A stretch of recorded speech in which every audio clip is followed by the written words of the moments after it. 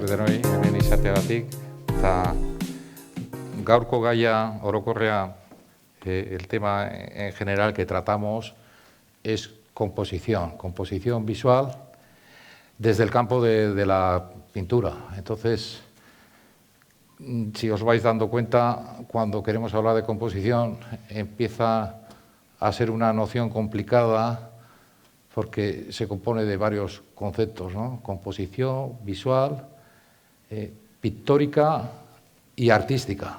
Finalmente es una proposición y en cuanto empezamos a relacionarlas desde el discurso empieza a ser pues, un mundo de teorías, ¿no? Y habitualmente siempre en las conversaciones sobre pintura pues la encontramos muy reducida al hecho de esta composición me gusta, no me gusta, esta composición es buena, no es buena, cuando en realidad es algo muy concreto, pero también muy complejo, ¿no? Porque incluso en los estudios específicos desde las bellas artes, composición, se considera pues, como una materia más de estudio, como puede ser la forma o el color, cuando en realidad composición es como el director de orquesta, es el punto donde se relacionan todas las informaciones que componen a un cuadro. Y esto es la causa de esta complejidad, es que produce un montón de enfoques, ¿no? que van desde la fisiología de la percepción a la filosofía, con un montón de disciplinas intermedias, y así podemos encontrar desde la psicología el enfoque de Rudolf Arnheim, ¿no? El poder del centro visual, los estudios que ha hecho la Gestalt, composición desde la antropología, desde la sociología, y por supuesto desde el campo específico del arte, la composición abordada por historiadores y críticos de arte y también por los propios artistas, ¿no? A través de manifiestos y sus teorías. Entonces, traigo una cita aquí de un pintor y teórico que de una manera resumida nos puede orientar a dos grandes grupos de informaciones que se mueven en este concepto, ¿no? Es una cita del pintor Maurice Denis que dice: recordad que un cuadro, antes de ser un caballo de batalla, una mujer desnuda o una anécdota cualquiera, es esencialmente una superficie plana cubierta de colores reunidos con cierto orden. Entonces, aquí ya diferenciáis los dos grandes grupos de informaciones que hay en composición, ¿no? Una sería la presentación y el uso de signos pictóricos y que pueden quedarse en mera presentación, lo que entenderíamos como cuadros abstractos, y su combinación al mismo tiempo que informa de cómo es los elementos del lenguaje visual, sus articulaciones para contarnos cosas que no son pictóricas. A través de la pintura nos cuentan historias de fuera de la pintura, es decir, el mundo de la figuración. Pero ambos tipos de información están muy relacionados porque la manera en que se cuente algo figurativo también está unido íntimamente con lo extrapictórico. Entonces, un cuadro que sea un paisaje de un medio agresivo puede estar descrito con un estilo muy realista, pero también puede ser contado de una manera visceral como lo hacía Van Gogh. Es decir, la manera en que pinta cierto paisaje también nos está transmitiendo desde informaciones emocionales lo que él sentía. Entonces, encontramos una relación de informaciones muy diferentes en composición. Entonces, la diferencia respecto a las disciplinas que he citado, en este caso nosotros utilizamos un método que técnicamente igual os suena extraño, ¿no? Semiótica experimental pictórica, pero es algo tan sencillo como utilizar la pintura para conocer cómo funcionan aspectos de la pintura. Entonces, estuve unos años dedicado al estudio de qué era textura accidental, luego cuestiones de espacio y volumen, luego de trayecto y proceso. Y esta serie que presento aquí pertenece al último que estoy investigando, que trata de qué es composición visual. Entonces, en las diapositivas que estáis viendo, recoge imágenes de los referentes que he utilizado para esta investigación. Principalmente hay dos. Uno son, pues el hijo de mi socio y amigo en Cataluña y sus amigas, que son 5 señoritas de Aviñó, reales, y el otro referente principal que utilizo para esta investigación desde la pintura es el cuadro de Picasso, ¿no? El cuadro de Picasso de Les Demoiselles, las 5 señoritas de Aviñó de su cuadro. Entonces, el asociar estos dos elementos, cuando estaba investigando composición, fue la motivación del origen de esta serie. Entonces, los bocetos y estudios previos, tanto de las señoritas como las de Demoiselles que estáis viendo, son estudios parciales y muy generales sobre composición, relaciones de composición y formato, variantes de una misma composición. Y en un momento dado, el propio proceso experimental me llevó a la necesidad de conocer más en profundidad la composición del cuadro de Picasso. Y os diréis, ¿y por qué has elegido ese cuadro? Pues, intentamos compaginar en estos cuadros una voluntad de intentar crear obras de arte que no vemos que sea incompatible con generar conocimiento desde su propio campo, ¿no? Y de ahí que haya este doble sentido, ¿no? de investigación y que sea obra de arte. En un momento dado, como uno de los referentes principales era este cuadro y que fue elegido precisamente por esta vocación didáctica, se supone que es uno de los 10 pinturas más famosas del siglo pasado, los críticos expertos la consideran que es el arranque de la pintura moderna y también el primer cuadro cubista. Dentro de esta serie hay una subserie, que es la que hoy presento, que se dedica a explorar y mostrar cómo Picasso llega a hacer esa composición. Entonces diréis, bueno, pero esto es un ejemplo concreto. Sí, pero desde un ejemplo concreto veréis que hay una serie de generalidades que finalmente son las que participan en cualquier tipo de codificación o composición creativa, ¿no? Y después de hacer estos bocetos que me fueron llevando a la decisión de conocer ese cuadro, voy a presentar 3 partes. Intuitivamente, primero empecé a abordar cómo funcionaba el cuadro de Picasso y empecé a hacer pinturas que relacionaban aspectos de su composición. Luego la inquietud me dijo, bueno, esto tiene que salir de algún sitio, y fui a conectar ese cuadro con sus periodos anteriores. Periodo rosa, más atrás el azul, y recientemente he descubierto también un montón de claves dentro del cuadro que aún conserva de su periodo de formación académica, es decir, de cuando hacía naturalismo y utilizaba el método pictórico de la observación. Entonces, algunos de los cuadros no he podido traer, estar en Barcelona, como este, que son unos comienzos intuitivos de empezar a abordar esta manera de explorar este método.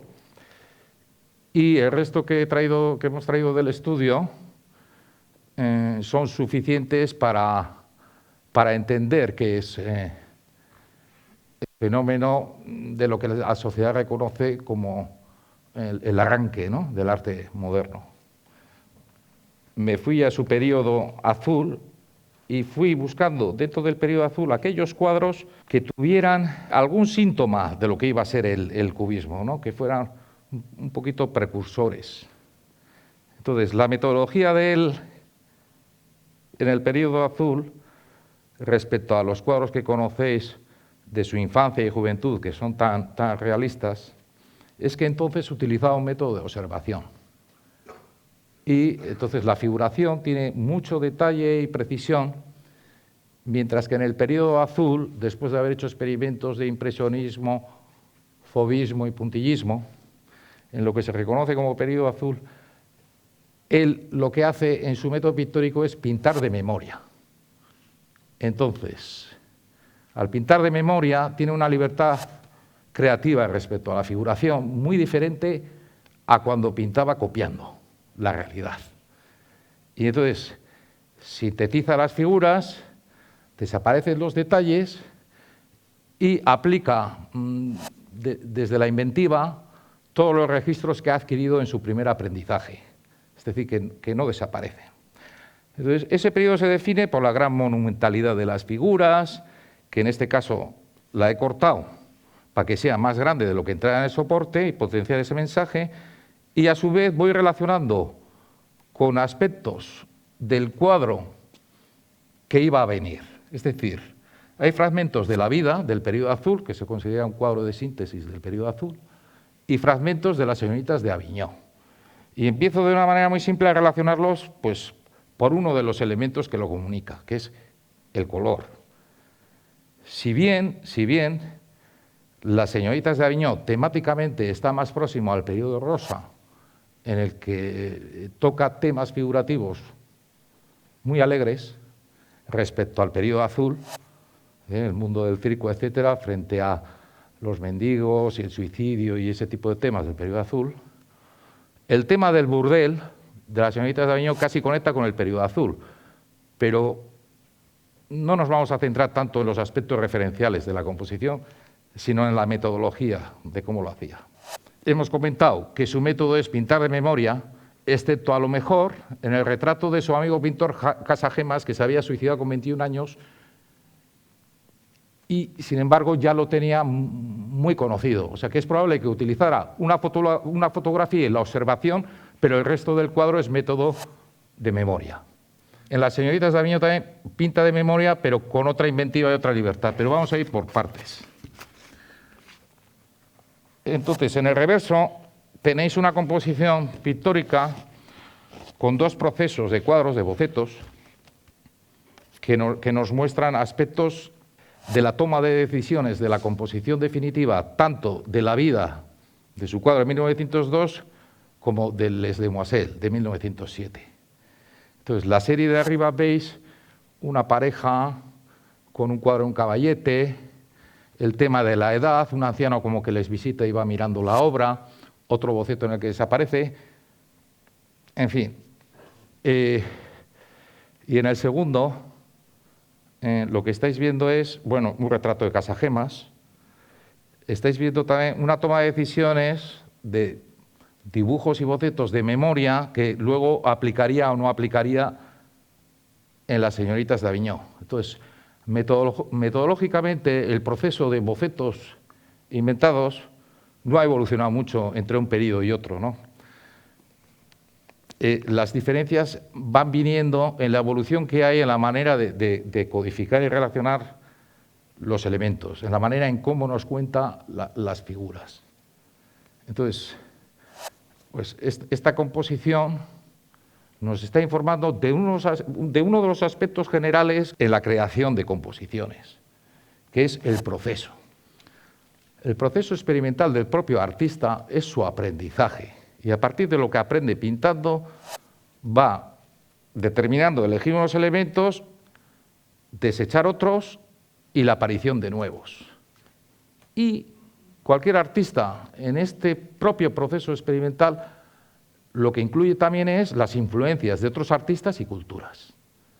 Y son las tres coordenadas metodológicas que siempre van a aparecer en cualquier tipo de composición, se organicen con un término o con otro desde cualquier enfoque de estudio. Porque, tal como he dicho antes, según qué disciplina enfoca composición, encontraréis términos para agrupar las composiciones por sus distintas informaciones, como, por ejemplo, período, época, movimiento, estilo. Desde que aparecieron las teorías de comunicación, hay mucha costumbre ahora de hablar de, no, es una pintura de lenguaje cubista, cuando lenguaje, si lo pensáis bien, es un término lingüístico, no es un término muy adecuado para hablar de codificaciones y composiciones visuales, ¿no? De ahí que yo utilice el término codificación, más que lenguaje cubista, etc. Entonces fui saltando a ver qué iba encontrando en el período rosa. Y dentro del período rosa también fui buscando aquellos aspectos que me llamaban la atención por curiosos. Y bueno, este cuadro de 1905 que él pinta del acróbata y el balón, la niña equilibrista, pues me llama la atención porque él trata la noción de equilibrio en una representación de figura cuando, aunque la pinta de memoria, cumple con las propiedades de la percepción de lo tridimensional. Es decir, ella, el cuerpo, busca el centro de gravedad, los apoyos, y se va desplazando la cabeza respecto del cuerpo según tú vas buscando la base del suelo. Y la integro con uno de los elementos que se pueden considerar cubistas o muy extraños de los que acontece en el cuadro de las señoritas de Aviñó. Y es que la segunda figura izquierda no tiene un apoyo sobre el eje vertical y se caería al suelo. Y entonces empiezo a relacionar la noción de equilibrio en la representación figurativa de Picasso en el periodo rosa y en el periodo cubista, para ir dotando de elementos que nos permitan ir comprendiendo qué permite decir que su cuadro es una innovación y un lenguaje nuevo. Bien, entonces, del periodo rosa me centro sobre todo en la familia de Saltimbanquis. Luego vamos a utilizar la parte de aquí, Miesker. Entonces, ¿por qué me fijo en este cuadro? Bien, pues porque los críticos, en principio, lo consideran también, igual que la vida era de síntesis del periodo azul, un cuadro de síntesis del periodo rosa, en el que se supone que podemos encontrar todos los elementos del periodo rosa en una sola pintura, ¿no? Entonces, en la introducción os he ido poniendo las imágenes de estos cuadros de Picasso en entero y sus bocetos para que la comprensión visual ya vaya entrando un poco en vosotros y nos podamos situar ahora en esta pintura y sus modificaciones. Entonces, me concentro en el tío Don Pepe con la niña. ¿Por qué? Pues porque me llama mucho la atención el hecho de que de repente desaparece un pie. En los bocetos, que tiene bocetos elaborados de este cuadro, se ha podido observar que aún lo conserva, también que en lugar de una señora que aparece sentada a la derecha hay un perrito, que el fondo en vez de indefinido hay una carrera de caballos, en fin, una serie de variantes del boceto respecto al cuadro. Y de manera intuitiva, sin saber qué voy a encontrar, lo relaciono con otro pedazo que es una de las cabezas cubistas del cuadro que iba a venir. Y hago una composición con ambos tipos de codificación figurativa. La de su método de pintar de memoria y la de su método que se empieza a considerar cubista. Y entonces mi sorpresa es que como estamos utilizando un método creativo, cuando voy observando el cuadro que hago, digo, uy, ¿cómo se atrevió él a geometrizar un cuerpo humano por primera vez en la historia de la pintura occidental, sin que tuviera una correspondencia con las síntesis cubistas, por ejemplo, de Cézanne, que si bien sintetizaba una figura, la manera de sintetizarla en plano se corresponde a cómo percibimos la realidad? Y entonces caigo en la cuenta de que él en el periodo rosa pintó muchas figuras de circo y Saltimbanquis con el traje de arlequín. Entonces, el traje de Arlequín, por una parte, conserva el diseño geométrico textil, pero adaptada a la fisonomía del cuerpo.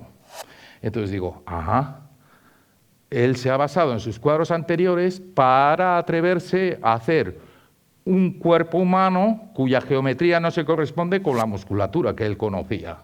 Entonces, ahí empieza a haber una innovación y ahí tenemos uno de los rasgos que permite hablar de cubismo, entre otras características.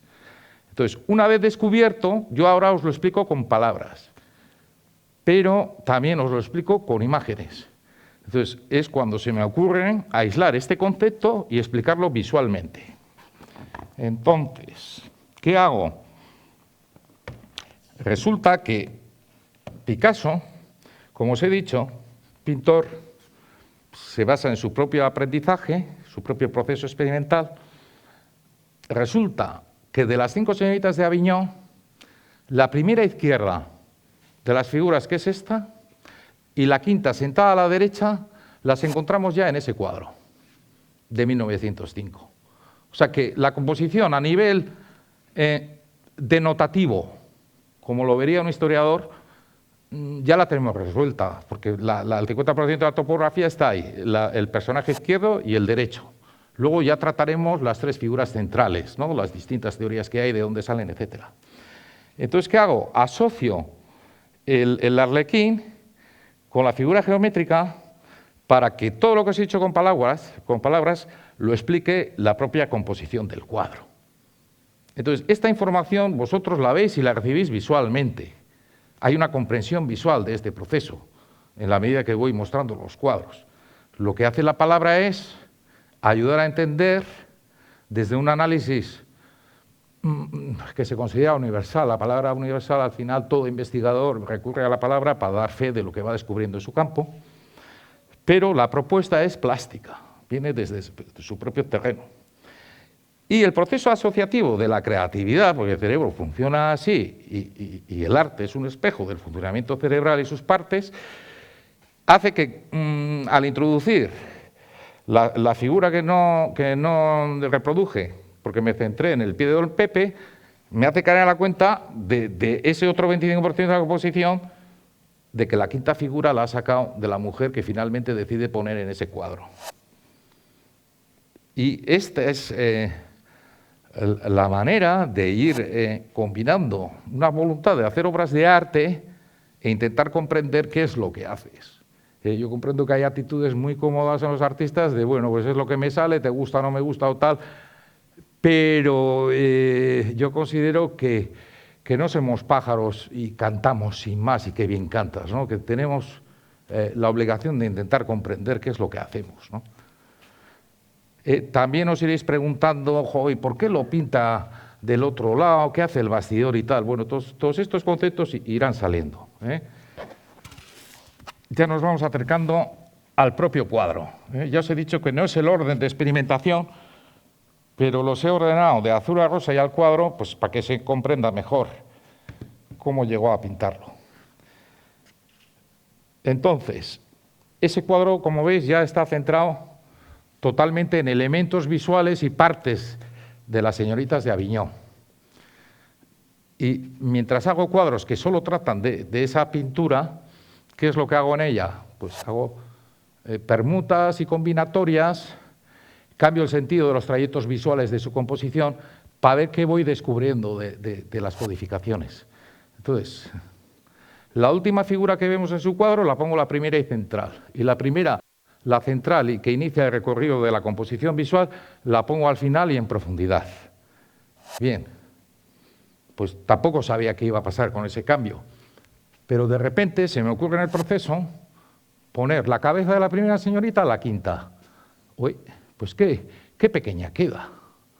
Qué pequeña queda, que digo, pues la voy a poner más grande y proporcional. De momento ahí queda eso y luego entenderéis qué pasa con eso. Todavía nos vamos a ir centrando en el proceso de cómo llega al cuadro, pero estudiando los cuadros del entorno de su cuadro en 1907 y de sus bocetos. Entonces me diréis, ¿qué hace ese rosa ahí y un señor sentado? Bueno, pues este señor sentado y esta escultura mezclada con una de las caras y el detalle de la figura que se cae, es una manera de incidir que si vemos sus bocetos, que es casi imposible verlos todos, porque fue el cuadro que Picasso más trajo en su vida y le dedicó más de 800 bocetos, resulta que uno de los personajes que no introduce en el cuadro es un marinero. Él le iba a llamar al cuadro el burdel filosófico. Y había dos personajes masculinos que finalmente no intervienen. Pues uno de ellos en sus bocetos aparece sentado. Y al ver en los bocetos te permite comprender que de esa posición se ha ido inspirando para la figura que, aunque la pone de pie, tiene esa inestabilidad respecto a como vemos en la realidad. Luego acompaño cuadros del entorno, como la blusa amarilla, etcétera, para ver cómo él, no solo en ese cuadro, sino ya en su actitud mental de innovar en la representación, va realizando cuadros que a veces van hacia atrás y a veces coinciden en su manera de interpretar la figuración con lo que sería el cubismo.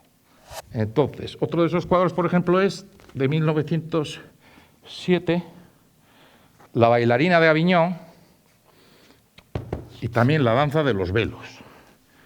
Entonces, en un momento dado, hay momentos en que amplío la investigación y partes de los cuadros que acompañan al cuadro voy probando a ver qué pistas voy encontrando. Entonces jugué en esta composición con La danza de los velos y con uno de los bocetos que él utilizó para su cuadro, a ver qué va pasando.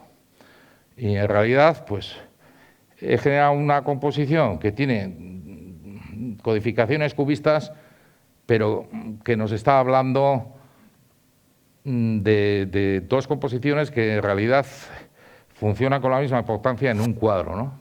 Casi no hablaríamos de que hay un trayecto principal y un secundario, sino dos, que es la secuenciación del boceto del rostro y la modulación de la señorita de Aviñón, que voy poniendo y le incluyo como un reflejo.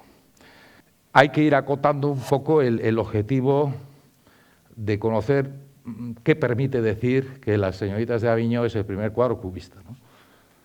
Entonces vamos a seguir avanzando y me vuelvo al estudio de bocetos de su propio cuadro. Por un lado introduzco uno de los marineros que finalmente no interviene en la composición del cuadro, pero que su manera de construir es de lenguaje cubista. Como otro de los elementos dentro de su propio aprendizaje se interesa para aspectos parciales, no para generales, pero parciales sí, por otros artistas y otras culturas, en este caso la africana, no es difícil asociar con máscaras africanas, la geometrización que hace del rostro, y luego también pues hay acentos de arte egipcio, de arte íbero, en fin, de arte primitivo en general. Así como de los pintores que le han interesado y participan también de alguna manera en la parte central de su composición Las señoritas, que son varios y ya citaremos luego, ¿no? ¿Y qué he hecho? Pues incluir un proceso en el que sus dibujos van evolucionando del naturalismo, con el método de pintar de memoria, a una simplificación. Entonces, esta composición está estudiando un aspecto de la composición del proceso de ese cuadro. Porque no pretendemos abarcar todo lo que es composición. Esta investigación se centra finalmente en la composición del proceso. Es decir, en las codificaciones que ya se conocen y en las codificaciones que podemos entender como innovación, que aporten algo nuevo respecto a lo que hay. Luego, en otras pinturas, lo que hago es recoger no los apoyos para sus innovaciones, sino ya la repetición de los sistematismos que ha descubierto, y a él le interesa repetir para consolidar un tipo de lenguaje, un tipo de codificación, que es su primer cubismo, el cubismo analítico. Entonces, no sé si puede gustar o no, o emocionar o no esto como cuadro, pero analíticamente eso es lo que está recogiendo como información. Un momento y grafismos y colores y manera de relacionarlos que él utiliza ya para consolidar, en la medida que encuentra algo nuevo y le interesa. Aquí hay un estudio parcial de uno de sus bocetos. Entonces, como ya os he comentado, la serie que incluye lo que hoy presento es más amplia que estos cuadros. Y fuera habréis visto un cuadro que hay dos personajes que al mismo tiempo que son figurativos nos están comunicando la autonomía de los elementos plásticos. Es decir, lo que son, si no lo articulamos para que nos cuente algo figurativo, una presentación abstracta. Entonces, en este boceto que hemos hecho, hemos desglosado dos tipos de codificaciones de uno de los bocetos cubistas de Picasso. Entonces, podemos reconocer la figura de su boceto, pero hemos interpenetrado lo que es el espacio dentro de la figura y lo hemos desglosado, al decir autonomía de los elementos plásticos, en los elementos visuales que son comunes a cualquier lenguaje visual. Estamos hablando en la pintura, pero en este caso hablar de forma, punto y línea, de tono, blanco-negro, color o textura, lo estamos haciendo desde la pintura, pero son los elementos visuales comunes a cualquier otro medio visual, sea fotografía o incluso medios de comunicación creativos dinámicos, porque el cine o cualquier otro medio son suma de imágenes estáticas. Como os he comentado, estáis diciendo, bueno, los elementos visuales, sí, pero los elementos visuales están en la naturaleza, son signos. Bueno, nada es signo, son marcas, hasta que la intención del autor la selecciona, y ya por seleccionar y utilizar y codificar y relacionar con otras, empiezan a ser signos de información codificada que pueden ser plásticos o no. Entonces, mira, os voy a comentar respecto a esto de la autonomía de los elementos plásticos, algo muy bonito que vi en la tele en Guinea. A ver, composición pictórica artística. Curiosidad como la trompa de elefante, mano y olfato juntos, comienza con preguntarse el sentido de las marcas que los chimpancés de Guinea realizan lanzando piedras al tronco de un árbol. Que son marcas sin explicación práctica, como podría ser delimitar un territorio, cambiar la ruta de la manada, etcétera, y que nos llevan a plantear preguntas si esa toma de conciencia, que sí supone una toma de conciencia, es algo filosófico o artístico. Pues ese tipo de acciones es lo que se extiende en nuestras pinturas como capacidad de comunicación visual que nos define al hecho de tener ya una base de informaciones y de signos para poder codificarlos y hacer las composiciones, sean abstractas o no, porque los elementos presenciales y abstractos de la pintura van a comunicar y están presentes incluso en los cuadros más realistas que podáis encontrar. Entonces, aquí lo que hacemos es irnos al inicio de la reflexión sobre los elementos visuales, aislando los elementos plásticos, aquí tenéis, y materiales, visuales y materiales, lo que es el mundo del tono, blanco o negro, el color y la textura. Y en conjunto es una composición que descompone dos codificaciones, la figurativa y la presencial, los elementos presenciales. Automáticamente que metemos algo en un cuadro, va a ser un elemento, si estamos en la pintura, material, grafito o acrílico o óleo, en un soporte también material, lino, con bastidor en cruz, etcétera, y al mismo tiempo visual. Y siempre son los mismos. Entonces, en este boceto estamos tratando no solo ya el cubismo analítico de las señoritas de Aviñó, sino el sintético. Y ahora mostraremos un cuadro en que supone ese gran salto. Básicamente el salto está en que en las Demoiselles de Aviñó, aunque habéis visto que había un cuerpo geométrico en su interior, el contorno es continuo. y la gran diferencia es que en el sintético descompone el contorno que contiene a las figuras geométricas. Y bueno, pues aquí, como todos lo traigo, hablando del proceso, pues vienen cuadros en proceso, cuadros que empiezo y no termino. Este, por ejemplo, empieza a tener informaciones todo posterior a las señoritas de ahí. Entonces digo, bueno, este está fuera de tiesto, este nos va a servir más para explorar el cubismo sintético. Entonces, vamos a centrarnos en el entorno de las señoritas. Para esta charla estos días he pintado un par de cuadros con la voluntad de que, en la medida de lo posible, si no se me entiende con palabras, reforzar con imágenes ese proceso que le lleva a hacer el cuadro, ¿no? Entonces, esta pintura la realizó un año antes, en 1906, se titula Dos mujeres, y si os dais cuenta ahí, Picasso, en realidad, dentro de una composición, está pintando a una sola mujer, pero con dos perspectivas. Bueno, es una manera de estar cerca de utilizar perspectivas simultáneas y contradictorias que haría en el cubismo, porque las señoritas las tiene de frente y de perfil. Entonces, plásticamente, en el reverso hago lo que él haría un año después, en ese cuadro, y muestro la interpretación que supondría una opción de fusionar dos perspectivas simultáneas de las dos señoritas. Entonces, tenemos un cuadro con la misma mujer, dos perspectivas, ahora tenemos un cuadro en que la cabeza de la mujer, en vez de dos cabezas de la misma, ya se han fusionado las dos perspectivas. Yo he encontrado explicaciones de todo tipo, ¿no? Psicológicas, o la experiencia que tuvo Picasso en la adolescencia, de que asistió a un estudio forense en el que abrieron con serrucho dos cabezas, y entonces al ver las dos mitades le quedó grabado, a partir de ahí nació el cubismo y tal.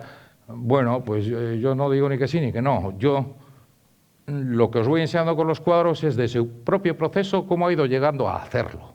Y os diría que para mí tiene más lógica, por ejemplo, en el periodo azul y rosa, la costumbre que tenía ya de unir dos cabezas diferentes y representarlas juntas. Puede ser madre e hijo, una pareja de amantes, etc.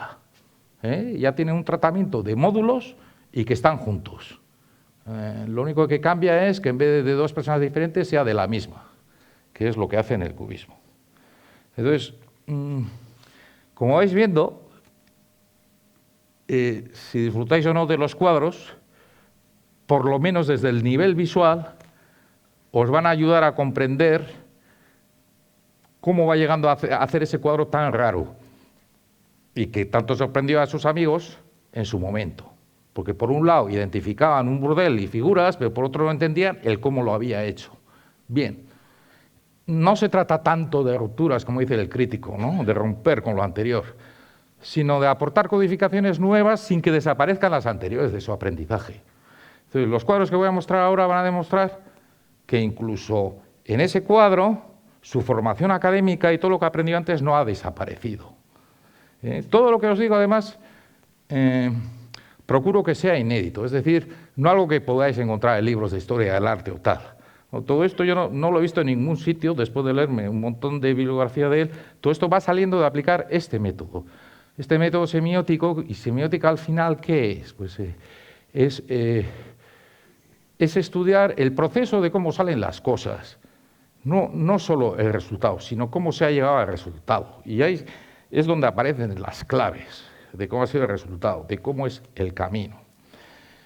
Quizás para los que estéis en el mundo de la lingüística, comparativamente en otro campo, intentar pensar en Ferdinand de Saussure, que para la lingüística aplica metodologías, digamos, analíticas, deducción e inducción, pero sobre hechos consumados, sobre hipótesis. No, nos tenemos que situar más en la mentalidad de un país que desde la filosofía luego va generando la semiótica, y él se preocupa no de cómo se desarrolla la hipótesis, sino cómo en el cerebro hemos sido capaces de tener una hipótesis. Bien, ese es el terreno que estamos tocando constantemente. La capacidad que tenemos de crear lenguaje, no tanto luego de utilizarlo y que un idioma se entienda o no, sino precisamente ese aspecto que diferencia al hombre del animal, el poder tener esa capacidad. Y es el terreno constante, ¿no?, del artista, el explorar esa capacidad de crear lenguaje. Luego son más o menos consensuados. En Picasso, cuando pintó ese cuadro, ni siquiera tenía nombre ese estilo. Y sin embargo, luego de las vanguardias históricas, ha sido de las más influyentes, ¿no?, en distintas áreas de la sociedad. Bueno, pues ya que no sé si me estoy alargando mucho, voy a presentar unos cuadros conclusivos. Y lo más reciente que me he dado cuenta, bueno, me di cuenta en el cuadro que he explicado antes, pero os he pintado esto para que se entienda un poco mejor. Bien, tenemos la primera figura izquierda y la quinta de la derecha, que la he puesto de pie. De las conclusiones que saqué de ese cuadro, de que no había relación entre las cabezas, esas dos figuras, dentro del escenario del burdel, del estímulo de espacio, que es muy ambiguo, están situados en el mismo plano de profundidad, las dos muy abajo, incluso la de derecha un poquito más atrás. Entonces me empecé a preguntar, joder, ¿qué pasa aquí? ¿Por qué la cabeza no coincide? Resulta que la figura de la izquierda tiene entre 7 veces y media y 8 la altura de la cabeza, el cuerpo. Eso viene a corresponderse con su formación académica, es el canon clásico. Los romanos 7 y medio, tal, los griegos lo alargaron más, 8, y el greco ni canon ni nada. En el greco tenemos una cabeza 11 veces el cuerpo. Pero bueno, esto se corresponde con lo que sería cuando pinta un modelo. Y por su parte la otra, calculando que es una máscara o no es una máscara, al ponerla de pie tenemos que también cumple entre 7 veces y media y 8 la cabeza. Entonces, cada una todavía conserva el aprendizaje de la observación, pero la extrañeza viene de que al encontrarse en una relación espacial de primer plano, una viene a medir 1,43 m y la otra mide 2 metros. Entonces, en su proporcionalidad no hay innovación, las ha hecho respecto a un canon clásico, pero en la relación entre ellas ya estamos en un método que, además de ser pintar de memoria, está con el reto de la inventiva de intentando buscar un lenguaje diferente, ¿no? ¿Y qué he hecho en el cuadro? Pues relacionar las dos figuras y todo lo que he explicado con palabras, aislarlo de su cuadro para que ese aspecto del cuadro se visualice. Entonces, se van encadenando las producciones, una te lleva a otra, y vas desguazando el conjunto de informaciones y de apoyos que él utilizaba para presentar su cuadro. Porque, aunque desconcertó a sus amigos, el objetivo de la pintura es la comunicación. Y tú no vas a hacer algo que nadie entiende, pues entonces no hay comunicación. Entonces, de manera encubierta hay un montón de claves que han permitido que, en vez de haber un rechazo del cuadro, hubiera una valoración, ¿no? un interés. Estos son los elementos de apoyo que él va utilizando para atreverse a hacer innovaciones en la manera de contar algo figurativo. Con la máscara lo mismo. La máscara, por ejemplo, de la quinta figura, dices, bueno, ¿este qué ha hecho? Ha cosificado a la mujer y le ha hecho 180 grados, un giro por primera vez en la historia y le pinta con el cuello partido. No, pero sí podemos pensar que le ha puesto una máscara africana y su objetivo de hacer eso no era más que hacer interpretar el 25% de esa composición que se integrara, no con una pared que no vemos, con el resto del juego. Y cuando hablamos de que perseguía una composición dinámica, no me refiero a una composición dinámica como el futurismo, en el que hay repeticiones modulares de figuras para dar una sensación de movimiento. No. El movimiento que pretende Picasso es provocar un salto de cambios de enfoque en la topografía del soporte de una manera dinámica, que no se pueda parar, haciendo un montón de puntos de atracción igual de importantes, ¿no? En ese sentido. Aquí se me ocurrió también utilizar dos de las figuras de Picasso.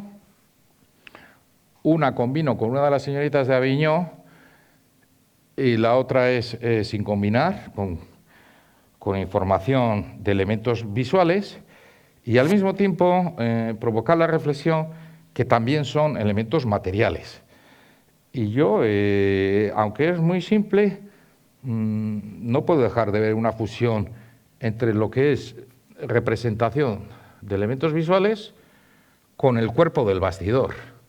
Y encima, no sabes hasta qué punto son dos figuras o el cuerpo del bastidor tiene dos cabezas, ¿no? O sea que al mismo tiempo que voy investigando su cuadro, me va provocando buscar otras asociaciones que plásticamente puedan gustar o interesar y provoquen una reflexión sobre lo que es el lenguaje de la pintura. Aquí tenéis de una manera muy simple mostrado una composición con dos codificaciones, una naturalista de una señorita de Aviñó junto con una cubista de Picasso. Entonces diréis, joder, entonces este cuadro es cubista, es naturalista, ¿qué es? Pues no, el interés principal de este cuadro es una propuesta semiótica sobre proceso, porque por un lado conecta con las corrientes analíticas del arte, pues por ejemplo, soporte-superficie, aunque ellos renunciaban de la figuración, pues decían que la figuración esconde los elementos del lenguaje pictórico. Entonces le tenían manía.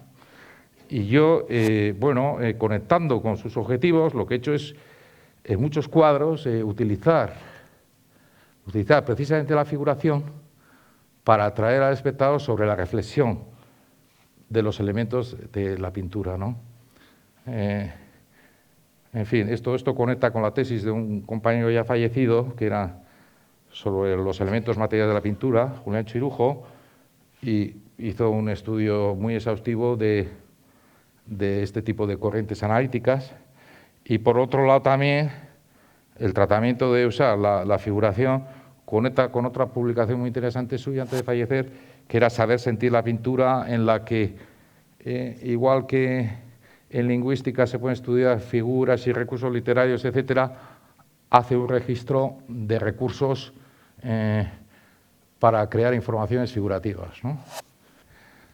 Y aquí, en otro de los cuadros conclusivos, lo que he hecho es asociar una de las señoritas de Aviñó, centrándola en el centro de la composición y uniéndola al cuerpo, que, como os decía, está a la derecha, y Picasso, al ponerle 380 grados a la cabeza, hace que nos lleve hacia el centro del cuadro. En la medida que vas pintando, vas descubriendo cosas. Aquí me di cuenta de otro elemento. Empiezo ya, en vez de ser punto de llegada a las señoritas de Aviñó, empieza a ser punto de partida. Igual que fui relacionando periodo azul y rosa para llegar al primer cuadro cubista, asocio la figura analítica del cuadro cubista con los cuadros posteriores que va haciendo, que son cubismo sintético. Entonces relaciono cuerpos de señorita de Aviñó con el retrato de Kahnweiler. Esto ya es 1912, en que os comentaba que el gran cambio entre los dos, o el principal, es que el contorno de las figuras se confunde o se interactúa con el fondo y va dejando pequeñas pistas figurativas, un ojo, una oreja, un pedazo de cuello de botella, que permiten hablar aún de figuración, pero que son casi abstractos, ¿no? Y para no alejarnos luego más atrás, que finalmente la biografía de Picasso, las tres grandes líneas después del cubismo, se le cataloga como línea surrealista, academicista y expresionista. Entonces el expresionista, por ejemplo, de Guernica, sigue siendo claramente cubista, pero el cubismo no dejaría de participar en prácticamente toda su obra posterior, ¿no? Pero nos vamos a volver a las conclusiones.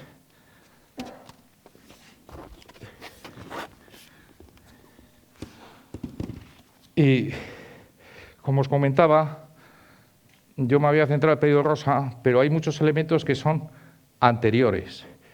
Antes os he comentado las proporciones de las figuras, que le remontan a su aprendizaje academicista, pero él, en la segunda figura que se nos caía, ¿qué es lo que hace?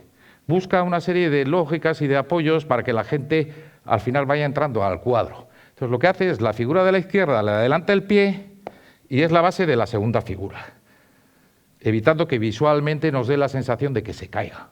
Es decir, utiliza aspectos de fisiología de la percepción que si no conoce conscientemente, los utiliza creativamente desde la comprensión y el pensamiento pictórico, ¿no? Este adelanto de aquí, este apoyo, vendría a ser esta figura de antes que se nos cae, ¿no? O sea, traspasa donde se va a caer la figura, traspasa el pie de la derecha y visualmente nos da la sensación de que no se cae porque le ha puesto el pie de otra. O sea, hay una serie de recursos. Otro recurso es, pues, no la ha partido el cuello a la señorita a 180 grados, a la demoiselle. Debe ser una máscara, en fin. Él se atreve y no se atreve. Va buscando cambios, pero no renuncia a todo lo que tenía antes. Otro rasgo que define al cubismo es la utilización de elementos geométricos, ¿no? Bueno, pues si la figura esta dentro del contorno ha metido compartimentaciones geométricas, el contorno da lectura del interior como de cuerpo, aunque no se corresponda con los músculos. Bien, pero en un momento dado, uno de los pechos de las señoritas también es totalmente una figura geométrica. Esto es un rombo. ¿Y por qué es un pecho? Porque la información le viene del contexto. Entonces, ya en este cuadro, aunque es analítico y el primero, empezamos a encontrar claves de lo que luego definiría el cubismo sintético, que llega casi a la abstracción. Y aquí tenemos el último que he pintado, que es una composición, puesto con la investigación nos hemos centrado en la composición del proceso, que habla del origen de esta idea de la serie, en la que aparecen las auténticas señoritas de Avignon y las demoiselles de Picasso, ¿no? Entonces, recoge el inicio de la idea, elementos referenciales de uno y de otro.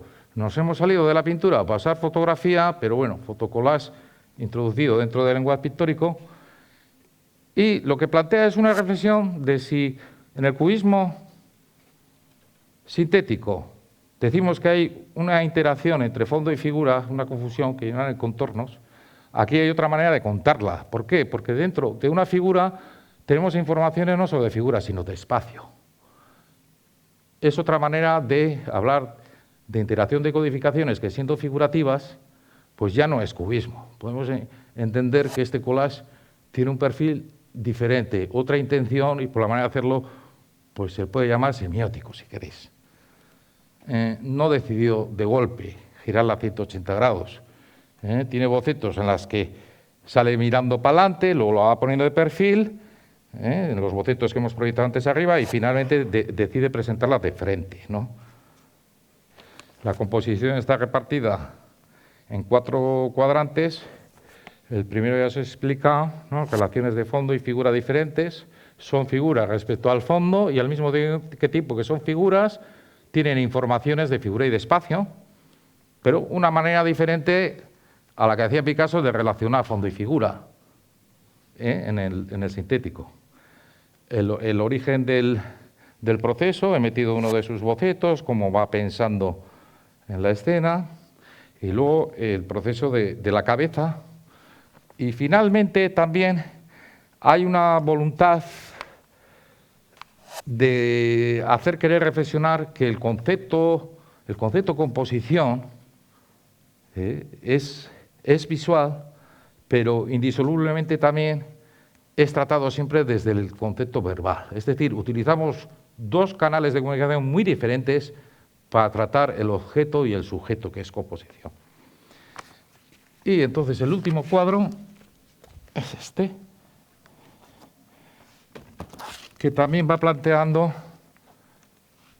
la síntesis de este tipo de conclusiones. Cuando decides que una etapa experimental de investigación está agotada o tal, es un poco como un cuadro, ¿no?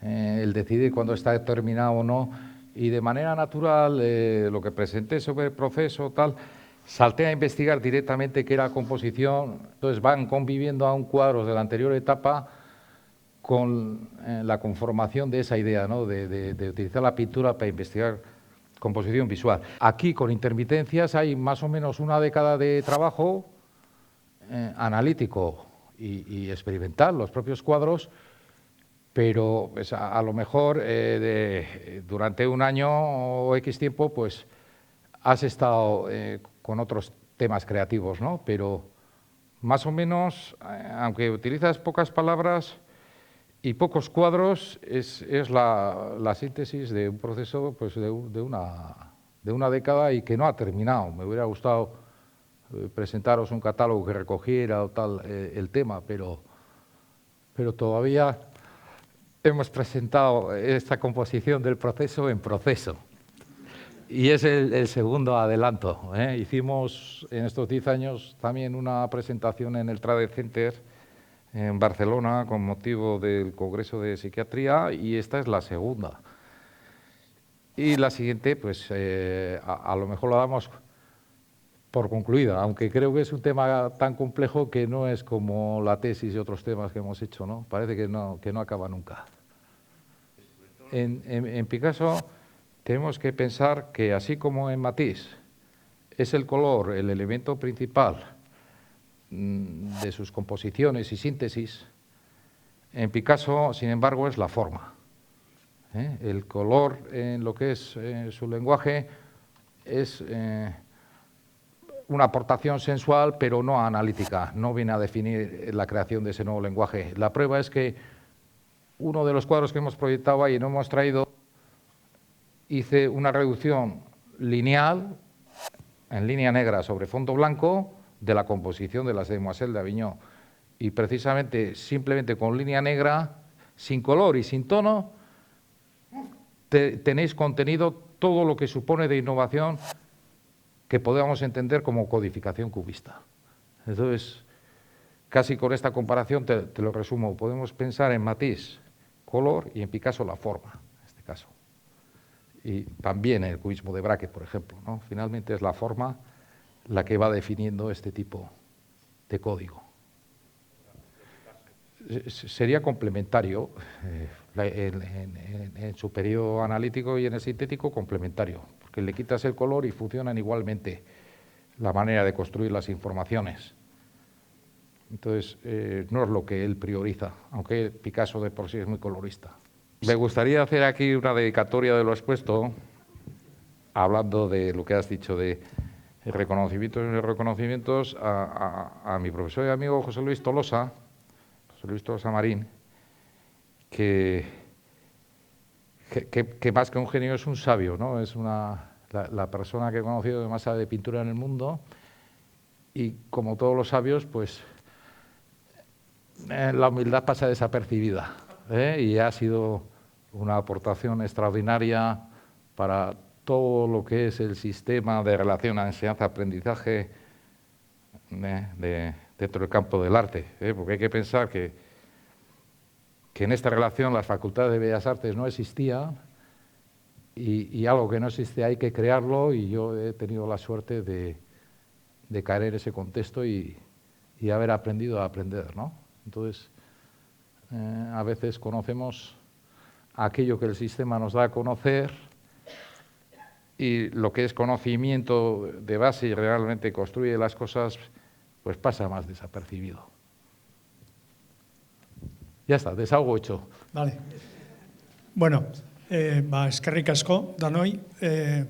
Eskerrik asko, Angel, egin duzun lanarengatik, eta egin duzun esfuerzoarengatik ere bai, hizkuntza mintzatua erabiliz zure lana ezagutarazteko eta hurbiltzeko guregana. Eskerrik asko, eta hurren arte.